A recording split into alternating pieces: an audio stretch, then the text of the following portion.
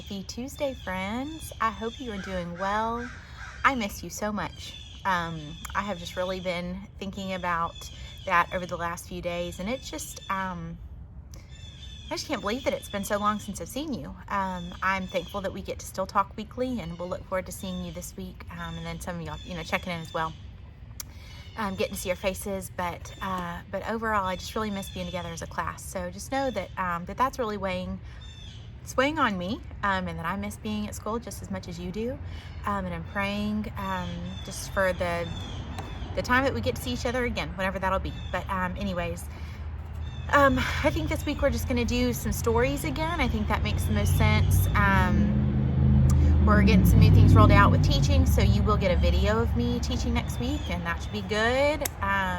But we're still staying on it with, oh, that's my kitty cat. That's Elsie. I know you've heard me talk about Elsie.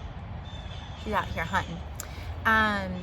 But we will still stick in with math, language, and reading, but you will start getting videos now of us teaching and kind of transitioning to that. So be on the lookout for that. But anyways, I think that it's good to kind of break up Jeannie B for a little bit. I love Jeannie B, so we'll hop back in with her at some point. But I did grab, whenever I was able to go to school, I grabbed a few books. So we'll read some of these. So, and I'm going to be honest with you, I've not been in a very good mood the last couple of days.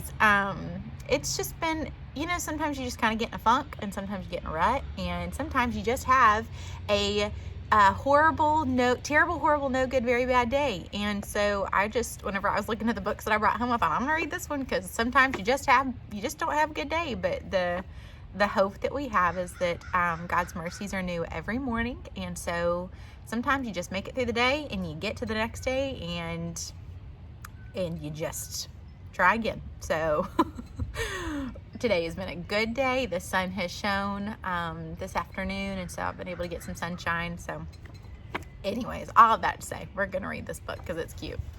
So Alexander and the Terrible, Horrible, No Good, Very Bad Day. It's by Judith Viorst. It's illustrated by Ray Cruz.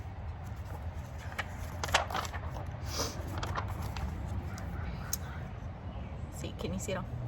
I went to sleep with gum in my mouth, and now there's gum in my hair. And when I got out of bed this morning, I tripped on the skateboard, and by mistake, I dropped my sweater in the sink while the water was running, and I could tell it was going to be a terrible, horrible, no good, very bad day.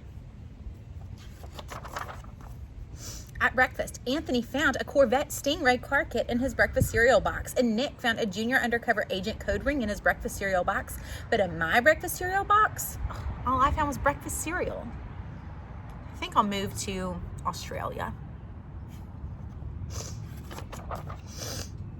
In the carpool, Miss Gibson let Becky have the seat by the window. Audrey and Elliot got seats by the window too. I said I was being scrunched. I said I was being smushed. I said if I don't get a seat by the window, I'm going to be car sick. No one even answered.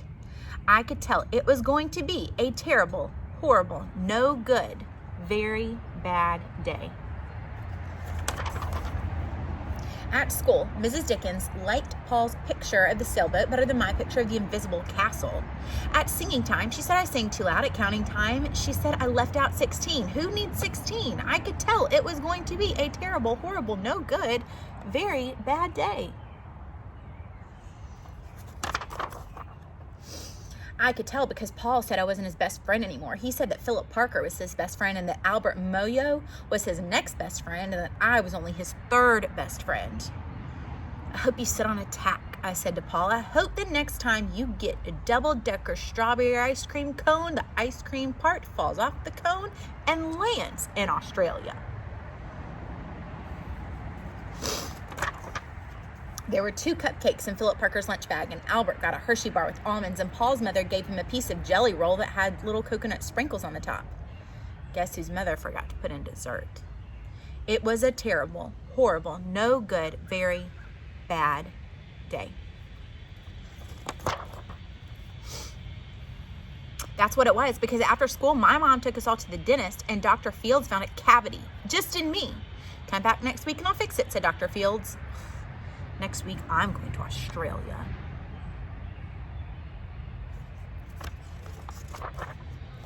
On the way downstairs, the elevator door closed on my foot, and while we were waiting for my mom to go to the car, Anthony made me fall where it was muddy, and then whenever I started crying because of the mud, Nick's was a crybaby.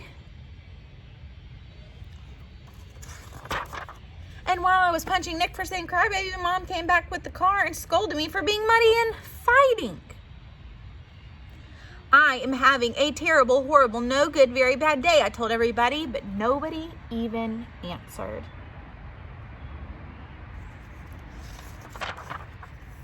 So then we went to the shoe store to buy some sneakers. Anthony chose white ones with blue stripes. Nick chose red ones with white stripes. I chose blue ones with red stripes, but when the shoe man said we're all sold out, they made me buy plain old white ones, but they can't make me wear them.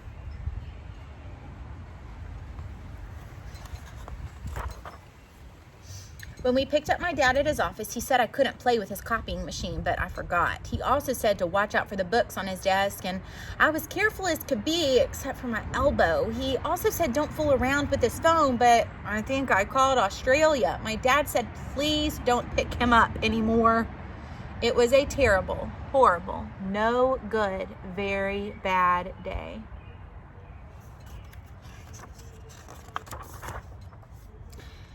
There were lima beans for dinner. I hate limas. There was kissing on TV, and I hate kissing.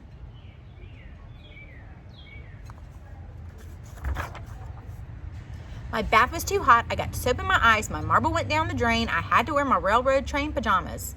I hate my railroad train pajamas.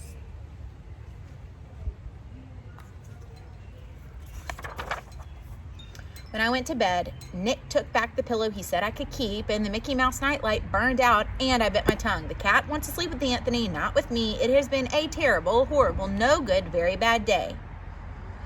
My mom says some days are just like that.